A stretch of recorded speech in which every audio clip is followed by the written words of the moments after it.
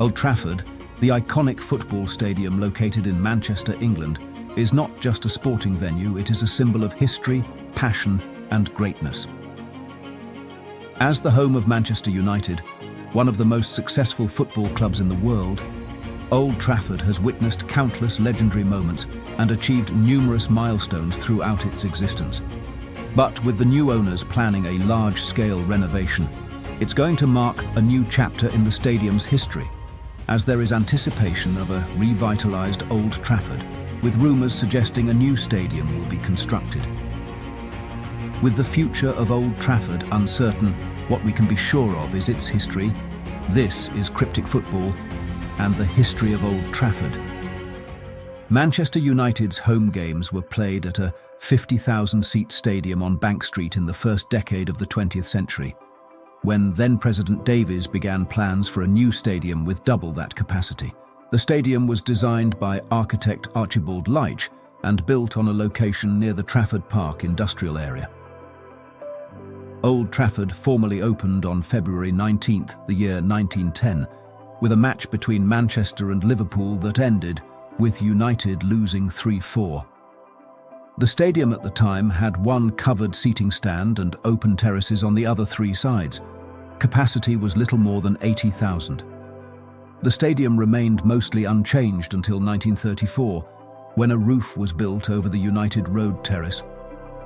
In 1939, Old Trafford recorded its highest attendance of 76,962 during an FA Cup semi-final match between Wolves and Grimsby Town. Due to its proximity to Trafford Park industrial estate, Old Trafford got heavily damaged by German air raids during World War II. It took 8 years to rebuild the stadium, the delays being caused by limited post-war resources, and during that time United played at Main Road, the ground of rivals Manchester City. In 1949, Man United moved back to a reconstructed, though smaller, Old Trafford. Incremental improvements and expansions were made in the following decades, which culminated in the complete renovation of the United Road North Stand in the 1960s. This stand also held the first private boxes to be constructed at a British ground. Old Trafford was one of the playing locations for the 1966 World Cup, hosting 3 group matches. During those years, the stadium's capacity varied about 60,000. Old Trafford was steadily upgraded in the 1970s and 1980s with new and better cover, expanded sitting sections, and enhanced executive amenities. At the same time, the growth in hooliganism prompted the building of security walls separating the stands from the pitch.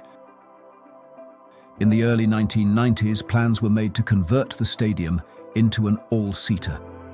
This involved the demolition and replacement of the famous Stretford End terraces and the placement of seats in the lower tiers of the other stands.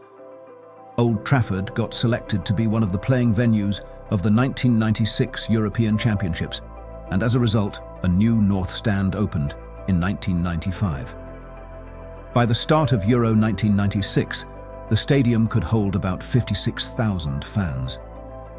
During the Euro 1996 tournament, Old Trafford hosted 3 group matches, a quarter-final, and the semi-final between the Czech Republic and France that ended in a goalless draw.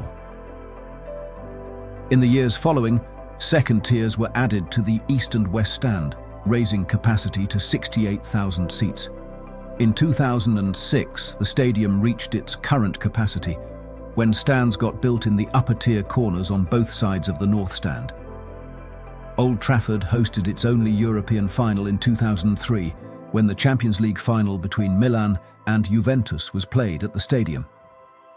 In 2011, the stadium's North Stand got renamed Sir Alex Ferguson Stand, in honour of the club's long-time manager. Old Trafford's South Stand remains the only 2-tiered stand of the stadium, but expansion possibilities are limited due to the railway line that runs behind the stand, while Man United has indicated that a further expansion to 95,000 seats remains a possibility. No concrete plans exist at the moment.